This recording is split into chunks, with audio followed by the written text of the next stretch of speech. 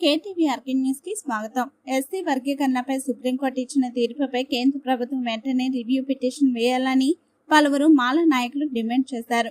లేని పక్షంలో ఆందోళన ఉధృతం చేస్తామని ప్రకటించారు. భవిష్యత్ కార్యాచరణపై చర్చించేందుకు స్థానిక అంబేద్కర్ కమ్యూనిటీ హాల్ ఏర్పాటు చేసిన సమావేశానికి ఇసుక పట్ల రాంబాబు అధ్యక్షత వహిస్తూ ఆనకర్ణ ఎస్సీ ఎస్టీ వర్గాలకు అంబేద్కర్ కల్పించిన రిజర్వేషన్లకు తూట్లు పొందడానికి, అంబేద్కర్ వాదాన్ని నాశనం చేయడానికి కేంద్రంలోని బీజేపీ తీసుకొచ్చిన తీర్పుగానే ఉందని భావిస్తున్నామని, ఈ తీర్పుని పూర్తిగా వ్యతిరేకిస్తున్నామని అన్నారు. రిజర్వేషన్లను ఎత్తివేయాలన్న కుట్రతో ఇప్పటికే ప్రైవేటీకరణ చేస్తున్న క్రమంలో వచ్చిన తీర్పుగానే ఇది ఉందని ఆయన ఆరోపించారు. మాలలు చేస్తున్న ఉద్యమంగా చూడకూడదని, దేశంలో అణగారిన వర్గాల కోసం అంబేద్కర్ తెచ్చిన రిజర్వేషన్ల పరిరక్షణ కోసమని భావించాలని ఆయన అన్నారు. భవిష్యత్ కార్యాచరణ కోసం సమావేశమైన తాము తీర్పు పూర్తి పాఠం అధ్యయనం చేశాక ఉద్యమ రూపకల్పన చేస్తామని చెప్పారు. మరి బాబ్జీ మాట్లాడుతూ వర్గీకరణపై సుప్రీంకోర్టు తీర్పు నేపథ్యంలో ఉద్యమకారులు, ప్రజాస్వామ్యవాదులు సమావేశమై ఈ తీర్పు రాజ్యాంగ వ్యతిరేక తీర్పుగా భావించినట్లు తెలిపారు. ఎస్సీలను వర్గీకరించాలంటే 341 ఆర్టికల్ ప్రకారం పార్లమెంట్ లో చట్టం తేవాలని గతంలో 5 జడ్జీల ధర్మాసనం తీర్పు ఇచ్చిందని, అయితే ఇప్పుడు ఆ తీర్పుని కామెంట్ చేస్తూ 7 అగ్రకుల జడ్జీలు తీర్పు ఇవ్వడం శోచనీయమని అన్నారు. వర్గీకరణ ఉండాలా వద్దా అనే దానిపై కాకుండా రాష్ట్రాలకు అధికారం ఉందని తీర్పు ఇవ్వడం రాజ్యాంగ వ్యతిరేక తీర్పుగా ఉందని అన్నారు. దేశంలో ఎస్సీలు ఇప్పుడిప్పుడే పైకి వస్తున్నారని, అయితే ఒక కుట్ర ప్రకారం వాజ్పేయి ప్రభుత్వం వచ్చిన నాటి నుంచి ప్రైవేటీకరణ దిశగా నిర్ణయాలు చేస్తూ రిజర్వేషన్లను నిర్వీర్యం చేస్తున్నారని ఆయన విమర్శించారు. తక్షణం కేంద్రం ఈ తీర్పుపై పిటిషన్ వేయడం కానీ, ఆర్డినెన్స్ ద్వారా ఆపడం కానీ చేయాలని, దళితులు సామాజికంగా ఆర్థికంగా ఎదిగే వరకు రిజర్వేషన్లు పరిరక్షించాలని ఆయన డిమాండ్ చేశారు. వర్గీకరణ అంశం ఉపసంహరించుకోకపోతే దేశవ్యాప్తంగా దళితులంతా ఉద్యమం చేస్తారని ఆయన హెచ్చరించారు. పరమట గణేశ్వరరావు మాట్లాడుతూ సుప్రీంకోర్టు తీర్పుని వ్యతిరేకిస్తూ ఉద్యమించడానికి తూర్పుగోదావరి జిల్లా నుంచి ఒక కమిటీ ఏర్పాటు చేయనున్నట్లు తెలిపారు. కేంద్రానికి ఒక హెచ్చరిక జారీ చేస్తున్నామన్నారు. పట్నాల విజయ్ కుమార్ మాట్లాడుతూ రాహుల్ గాంధీ రాజ్యాంగ పుస్తకం చేతిలో పట్టుకుని హడావిడి చేయడం కాకుండా రాజ్యాంగానికి వ్యతిరేకంగా ఇచ్చిన వర్గీకరణ తీర్పుపై పార్లమెంట్ లో మాట్లాడాలని డిమాండ్ చేశారు. ఇక జడ్జీలను బీజేపీ ప్రభావితం చేసి తీర్పు ఇప్పించినట్లు స్పష్టమవుతుందని ఆయన విమర్శించారు. ఇది రాజ్యాంగబద్ధంగా వచ్చిన తీర్పు కాదని, అందుకే తీవ్రంగా వ్యతిరేకిస్తున్నామని అన్నారు. తొమ్మల తాతారావు మాట్లాడుతూ వర్గీకరణకు వ్యతిరేకంగా జరిగే పోరాటాల్లో అందరినీ కలుపుకొని వెళ్తామన్నారు. కపల వెలుగు మాట్లాడుతూ సమస్య వచ్చినప్పుడు కూర్చోవడం కాకుండా తరచూ సమావేశం అయ్యేలా చూడాలని, అలాగే ఉద్యమించే వాళ్ళని కమిటీలో వేయాలని, పార్టీలో ఉన్న వాళ్ళను వేయవద్దని అన్నారు. పార్టీలో లేని వాళ్లకు కమిటీలో ప్రాధాన్యం ఇవ్వాలని అన్నారు.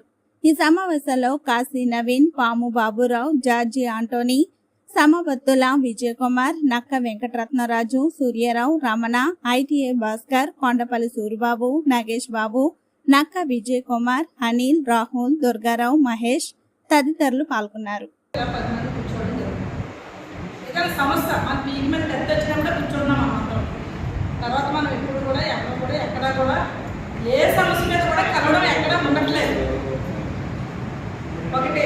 ఇంకో విషయం ఏంటంటే వచ్చిన ప్రతి ఒక్కరు కూడాను పార్టీలు పార్టీలు పార్టీలు పార్టీలు అంటున్నారు.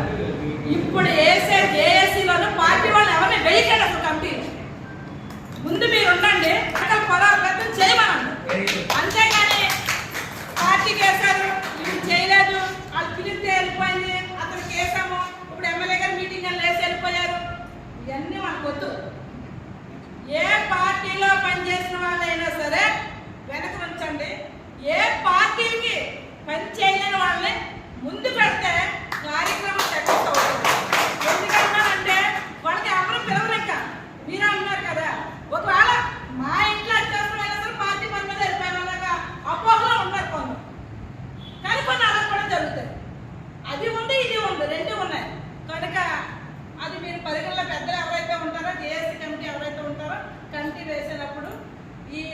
రాజకీయాలకు అతీతంగా కమిటీలో తీసుకోండి.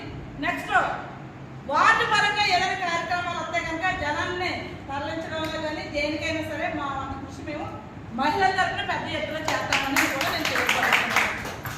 మరి నాకు ఈ అవకాశం ఇచ్చిన ప్రజలకి అధికారం లేనప్పుడల్లా ఎస్సీలు పుచ్చుకుంటారు. ఈరోజు రాహుల్ గాంధీ గారు మాట్లాడితే ఇది రాజ్యాంగం అంబేద్కర్ పద్ధతిని పాదయాత్ర చేస్తున్నారు. నిజంగా నువ్వు రాజ్యాంగం అంబేద్కర్ చదివితే ఈ సుప్రీంకోర్టు తీర్పుని వ్యతిరేకించి పార్లమెంట్లో నువ్వు వ్యతిరేకించి మాట్లాడవచ్చు. మేము రాహుల్ గాంధీ కాంగ్రెస్ పార్టీని కోరుతున్నాం.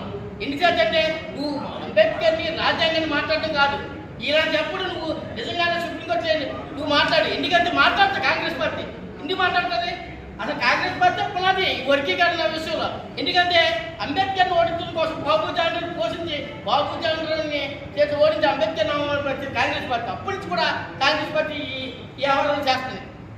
కానీ అధికారం కోసం రాజ్యాంగాన్ని అంబేద్కర్ పొట్టుపెట్టుకుని నడుస్తుంది కాంగ్రెస్ పార్టీ.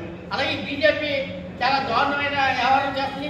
బీజేపీ చట్టచట్టంగా అధికారులు సుప్రీంకోర్టుని చేతులు పెట్టుకుని అలా వేసిన జడ్జి ద్వారా ఈ తీర్పు ఇచ్చారు తప్ప నిజమైన రాజ్యాంగ ద్వారా తీర్పు కాదు, రాజ్యాంగ ఏర్పడే సుప్రీంకోర్టు తీర్పు కాదని మేము దీన్ని తీవ్రంగా ఖండిస్తున్నాం. ఎలాంటి సమయాలు హర్ష్ కుమార్ మనమన్నా కలాలి, లేకపోతే ఆయన మనలన్నా కలాలి. ఎందుకంటే రాజమండ్రిలో ఎవరు లేరు నిన్న మీటింగ్ లో, బహు తక్కువ మంది ఉన్నారు. ఇక్కడ ఉన్న వాళ్ళు ఎవరన్నా నేను హర్ష్ కుమార్ గారు మీటింగ్ వెళ్ళారండి. సో అంటే అంటే అంటే మనలో మనకే ఇలా ఉన్నది. సో హర్ష్ కుమార్ గారి మీటింగ్కి మనం వెళ్ళడం కానీ ఆయన మనకు తెలియపరచుకోవడం కానీ రెండు మన కోఆర్డినేషన్ చేసుకోవాలి. ఎందుకంటే రాజమండ్రి ప్రజలు ఉద్యమాలకి పెట్టింది పేరు ఈస్ట్ గోదావరిలో, రాజమండ్రిలోనే స్టార్ట్ అయింది ఏదైనా ఇక్కడ. కాబట్టి ఐక్యత అనేది చాలా ప్రాముఖ్యత ఇలాంటి విషయంలో. అలాగే కమిటీ కూడా జనాల చెప్పారు ఏమన్నా ఫండ్ రైజింగ్ చాలా ఇంపార్టెంట్. ఫండ్ రైజింగ్ కమిటీ కూడా ఏమని కోరుతున్నాం. వెళ్ళి చేయాలని ముందు చెప్పాను కదండి. అది కంపల్సరీ కమిటీ ఎవరైతే ఉన్నారో కమిటీ ముందుగా రాజమండ్రి అసోసియేషన్ ఒకటి ఫామ్ చేసి భారత్ బంద్ అయినా కానీ వాళ్ళకు ప్రకటించాలి. అలాగే మనం సపరేట్గా మండల వేసి మెంబర్ వాటిని ముట్టడం కానీ, లేకపోతే ఎంప్లాయీస్ నిరసన తెలపడం కానీ, స్టూడెంట్స్ ఒకసారి కానీ, అలాగే అన్ని రిమ్స్ ప్రకారం ఒక్కో రోజు ఒక్కొక్కటి పెట్టుకుని అన్ని కోఆర్డినేట్ చేసుకుంటూ వెళ్ళాల్సిన బాధ్యత ఉంది. దేశంలో అణగారిన కులాలైనటువంటి ఎస్సీ ఎస్టీలని అభివృద్ధి చేయడానికి, వాళ్ళని అభివృద్ధి పదంలో చేర్చడానికి డాక్టర్ బిఆర్ అంబేద్కర్ తీసుకొచ్చినటువంటి ఈ రిజర్వేషన్లకు తూట్లు పరచడానికి, అంబేద్కర్ వాదాన్ని నాశనం చేయడానికి మరి బీజేపీ తీసుకొచ్చినటువంటి జడ్జిమెంట్గానే ఈ ఎస్సీ వర్గీకరణ జడ్జిమెంట్ని మేము చూస్తున్నాం.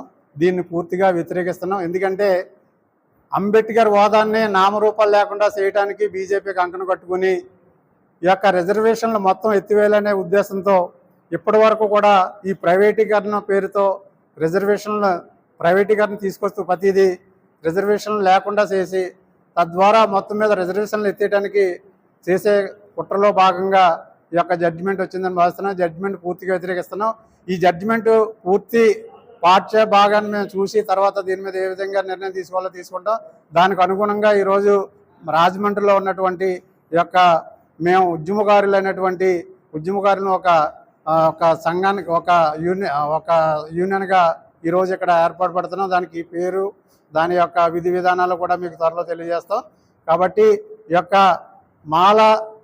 మాలలనే ఈ యొక్క వ్యతిరేకరణ ఉద్యమంలో దోషులుగా చూపడం అనేది అది దారుణం. ఇది మాలలో చేసేది మాలల యొక్క వాళ్ళ స్వార్థం కోసమే కాదు, అంబేద్కర్ ఏదైతే ఈ భారతదేశంలో అణగారిన వర్గాలకి కల్పించిన రక్షణ కోసం మాలలో ఈ వర్గీకరణ వ్యతిరేకిస్తున్నారు తప్ప మాలల సులభం కాదనేది తెలియజేస్తూ ఇప్పుడు ఈ యొక్క కార్యక్రమాన్ని మరి మిగతా వాళ్ళు కూడా మాట్లాడతారు.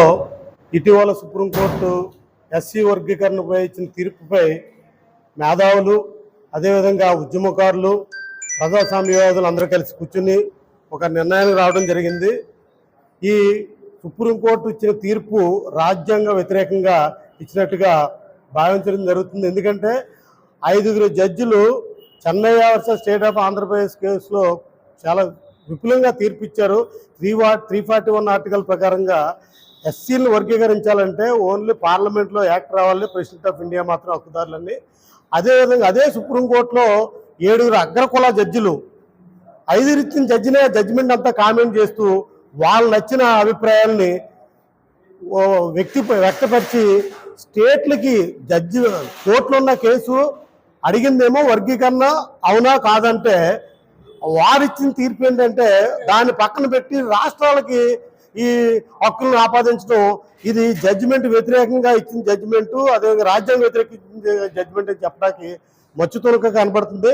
అదేవిధంగా ఈ భారతదేశంలో ఎస్సీలు ఇప్పుడిప్పుడే పైకి రావటం, కొంతమంది 2-3% మాత్రమే ఇప్పుడు స్ట్రీమ్ లైన్లోకి వచ్చి చదువుకుని బయటకు వస్తుంటే ఓ కుట్రపూర్తికంగా గత 30 సంవత్సరాల నుంచి భారతదేశంలో వాజ్పేయి ప్రధానమంత్రి నుంచి ప్రైవేట్ సెక్టార్ని చేసుకుంటూ వస్తూ విద్యలో దూరం చేస్తూ రిజర్వేషన్ పేరుకి చూపిస్తూ ప్రభుత్వ రంగ సంస్థలను ప్రైవేటైజ్ చేసి దారుణమైన అన్యాయం చేయడమే కాకుండా ఈ తీర్పు వలన కేవలం కేంద్ర ప్రభుత్వం యొక్క ఉద్దేశాన్నే ఈ తీర్పు ఇచ్చిన జడ్జిలు ఇచ్చినట్లుగా దళితులు భారతదేశంలో దళితులందరూ భావించారు. కాబట్టి ఈ జడ్జిమెంట్ని తిరిగి పునఃపరిశీలించడానికి కేంద్ర ప్రభుత్వం నిర్ణయం తీసుకోవాలని, లేదా కేంద్ర ప్రభుత్వం ఆర్డినెన్స్ జారీ చేసి ఈ జడ్జిమెంట్ వెంటనే ఆపి ఈ భారతదేశంలో సాంఘికంగా, ఆర్థికంగా, రాజకీయంగా అందరి ప్రజలతో సమానంగా దళితులు వచ్చే వరకు మాత్రం ఎస్సీ రిజర్వేషన్ ఉండాలని, వర్గీకరణ అంశాన్ని ఉపసంహరించుకోవాలని, లేని పక్షంలో దేశవ్యాప్తంగా